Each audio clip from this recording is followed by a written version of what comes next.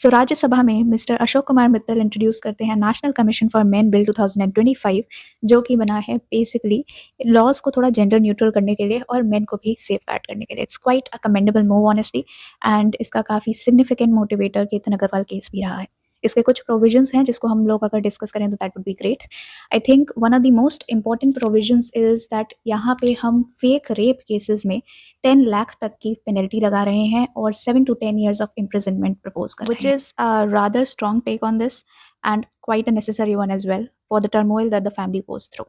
अगर ये चीज़ अच्छे से इम्प्लीमेंट की जाती है तो I believe that's going to be a very successful move honestly.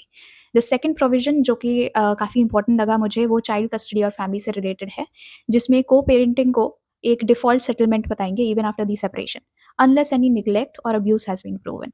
यहाँ पे बस एक चैलेंज आने वाला है कि अगर निग्लेक्ट और अब्यूज़ प्रॉपर्ली प्रूव नहीं हो पाता है, even though it actually exist in the marriage, तो विक्टिम को काफ़ी प्रोलॉन्ग टाइम के लिए इवन आफ्टर द सेपरेशन शायद उस अब्यूज़ से या फिर उस निग्लेक्ट से एक्सपोज रखा जा सके। सो उसकी इफ़ेक्टिवनेस किस तरीके से डील की जाएगी, कैसे इम्प्लीमेंट किया जाएगा, that is one thing that is still to be discovered. Another very strong provision that I find is prejudicial recordings को पीनलाइज किया जा रहा है, जहाँ पे 50 लाख तक का फाइन लगाया जाएगा मीडिया हाउसेस पे, एंड एक मैंडेटरी पब्लिक अपॉलजी की डिमांड की गई है।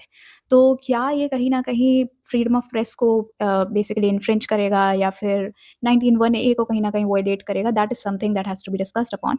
एक और प्रोविज़न जो मुझे काफ़ी इम्पोर्टेंट लगा वो ये है कि सोशल मीडिया हैंडल्स पे भी पेनल्टी लगेगी अगर वो कोई अनवेरिफाइड न्यूज़ को स्प्रेड कर रहे होंगे।